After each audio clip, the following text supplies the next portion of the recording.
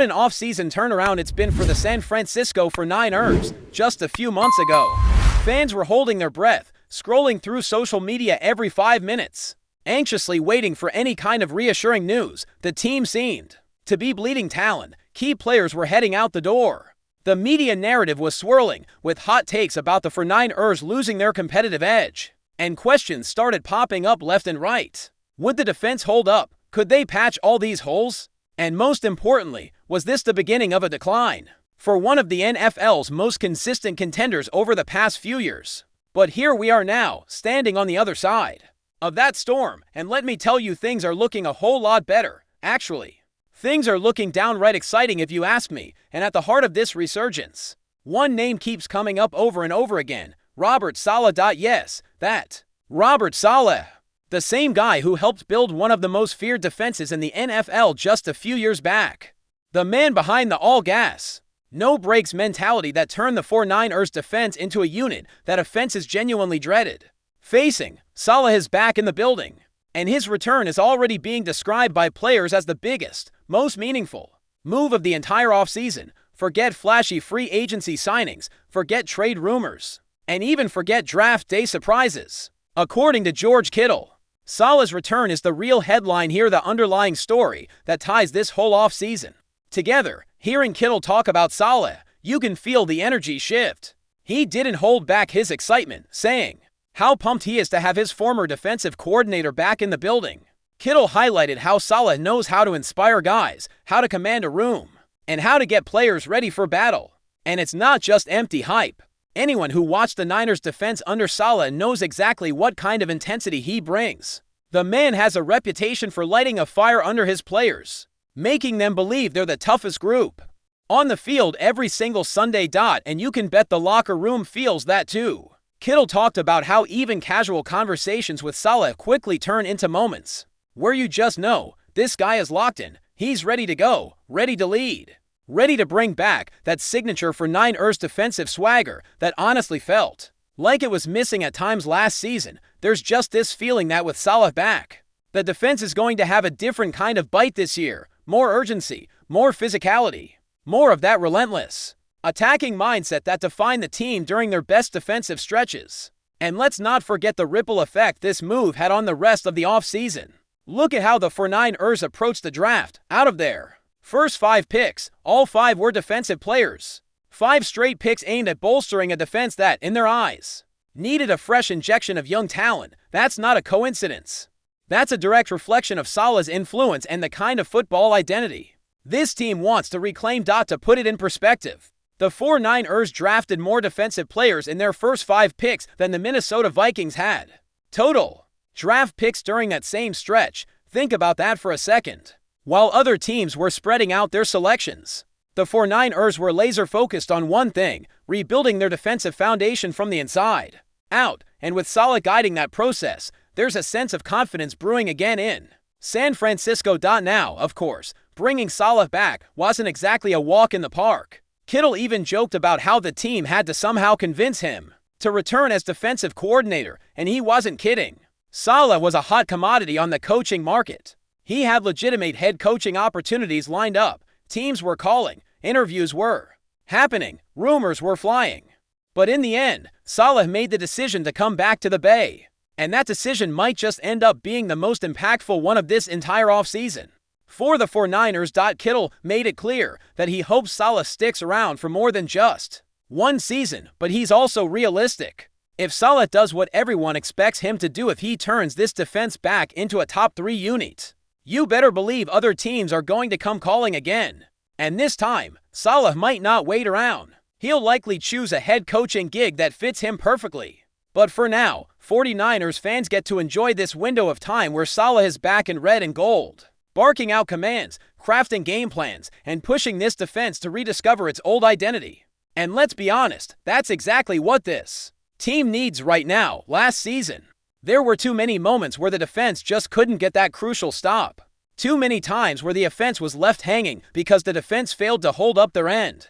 That needs to change, and Saleh's return feels like the first major step in making sure it does. Now shifting gears a bit, let's talk about the guy on the other side of the ball who's still sparking conversation across The NFL, Brock Purdy. George Kittle had a few things to say about him too.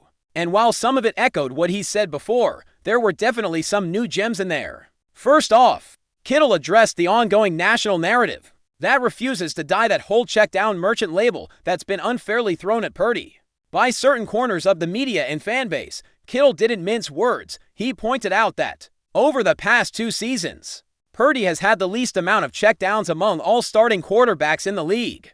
Let that sink in. The guy being called a checkdown artist is statistically one of the least reliant on checkdowns in the entire NFL. That's not just a little ironic, that's flat out proof that this narrative is lazy and outdated. Kittle even joked about how he keeps hearing questions about whether Purdy is worth it. He laughed it off, reminding everyone that in just 2 years as a starter, Purdy has taken this team to at least the NFC Championship game each time, and let's not forget, one of those runs ended with a Super Bowl appearance. Whether you love him or doubt him, the results speak for themselves. Kittle did admit, though, that there were moments late last season when it felt like Purdy was pressing a bit, trying to make plays that weren't really there, forcing deep shots when a safer option might have been smarter. That's something the coaching staff will definitely want to address this year. But with Christian McCaffrey healthy and a few offensive tweaks in place, there's optimism that Purdy can settle back into his role as the efficient, creative, play-extending quarterback that Kyle Shanahan's system thrives with. And while we're on the topic of drama, or the lack thereof, Kittle shared something pretty refreshing about this offseason. When asked about how quiet things have been compared to previous years, especially with all the quarterback drama they've dealt with in the past, Kittle let out a big, exaggerated sigh of relief. No controversy, no lingering contract disputes at the quarterback spot, no endless media circus around who's starting under center, just stability. For the first time in what feels like forever, the 49ers are heading into a season with no quarterback cloud hanging over them. That sense of peace and focus seems to be spreading across the entire locker room. Fred Warner is locked in, Christian McCaffrey is healthy and ready to roll. Brandon Ayuk's situation is still something to monitor, but overall, there's none of the chaos that has defined previous 49ers off seasons. Kittle even joked that he feels bad for the media because there's just not enough clickbait material coming out of San Francisco right now, and honestly, for a fan base that's had to endure year after year of QB controversy headlines, that's a beautiful thing. But just when you thought the positive vibes couldn't get any stronger, Keyshawn Johnson added his voice to the mix. During a recent segment on Fox Sports, Johnson talked about how impressed he's been with the 49ers' ability to sustain a winning culture despite the roster turnover. He pointed out that even though the team lost some recognizable names in free agency, the core leadership remains intact, from John Lynch and Kyle Shanahan at the top to key players like Trent Williams, Fred Warner, Brock Purdy, George Kittle, and Nick Bosa holding it down on the field. The foundation of this team is as strong as ever. Johnson did mention that, from his perspective, the biggest potential loss culturally might be Deebo Samuel. He noted that Deebo had a unique role in shaping the locker room vibe over the past few years. But even there, the conversation is nuanced. There's been plenty of debate about Deebo's impact on team culture, especially toward the end of last season when his sideline outbursts and emotional moments raised a few eyebrows. To be fair, Deebo's leadership style has always been fiery. Sometimes that's exactly what a team needs. Other times, it can rub people the wrong way. There were moments last year, like when he got into it with teammates on the sideline, that left people wondering if his approach was helping or hurting the overall chemistry. But at the end of the day, his passion has never been in question. Whether you see that as a positive or a negative probably depends on how much value you place on emotional leadership versus steady consistency. But before we dive in, don't forget to subscribe to 49ers Zone and hit the like button on this video. Your support helps us keep bringing you the latest updates on the San Francisco 49ers. And don't forget to share your thoughts on the news in the comments below. In what could be one of the most unexpected developments of the NFL offseason, wide receiver LAZARD was reportedly seen entering the San Francisco 49ers team facility earlier this week, and the buzz is only getting louder. Multiple sources close to the situation are hinting at a potential 4-year agreement between LAZARD and the NFC West powerhouse, though no official announcement has been made. Still, in a league where smoke usually leads to fire, fans and insiders alike are watching this closely. LAZARD, who spent the 2023 season with the New York Jets, had an uneven campaign marred by inconsistencies in quarterback play and offensive rhythm. Despite the challenges, the 6 feet 5 inches receiver remains a formidable presence on the field, known for his size, blocking ability, and red zone reliability. His possible move to San Francisco could signal a tactical shift for the 49ers, who are coming off another deep playoff run and appear to be fine-tuning their already potent offense. What makes this rumor particularly intriguing is how quietly it has emerged. There were no leaks of trade talks or free agency murmurs involving LAZARD and the 49ers until now. Some insiders speculate this might be part of a broader strategy by the Niners to secure undervalued talent ahead of training camp.